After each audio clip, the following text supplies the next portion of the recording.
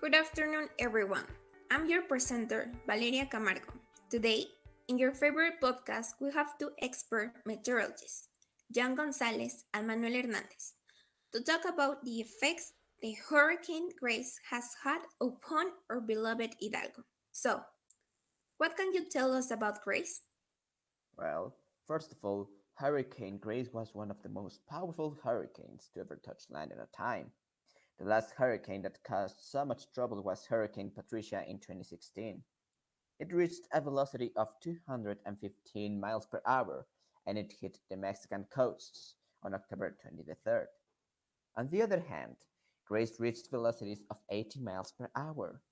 It might not sound that bad, but that velocity caused blackouts in many cities and did quite a number by taking down trees and overflowing the rivers, such as the Tulancingo River and San Lorenzo.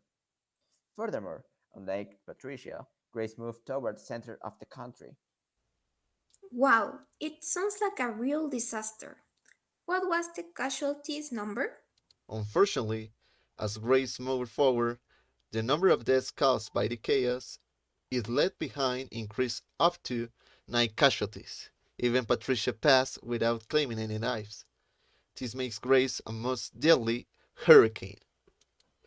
Oh no, did the government do something to assure the civilian safety? Of course it did. As soon as the meteorology services detected the hurricane, the government carried out civil protection measures, such as prepping shelters and warning people about the imminent arrival of Grace.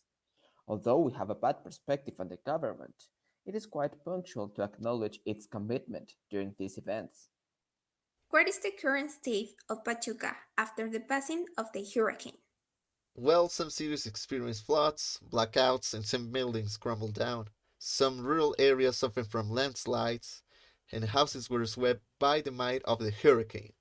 Pachuca remained in a stable fashion, although some of its streets got flooded.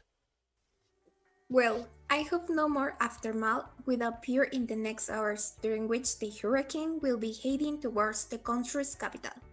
Thanks for coming. For our next section, we will be talking about